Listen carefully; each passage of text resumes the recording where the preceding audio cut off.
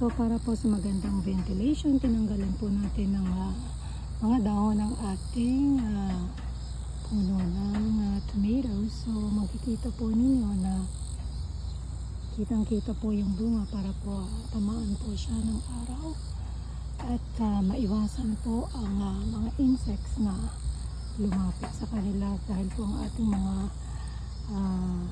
vegetables ay organic at hindi po tayo gumagamit ng pesticides. Kailangan po talaga natin bigyan ng proper care ang ating mga vegetables. Kaya ayan po, tatanggalin pa po natin ang mga dahon o ibang mga tomatoes kasi marami po silang bunga. Yan po, ito po, compare na po dito, natanggalan na po natin siya ng mga excessive na dahon at ito pong iba ay hindi pa po, so gagawin po natin yan maya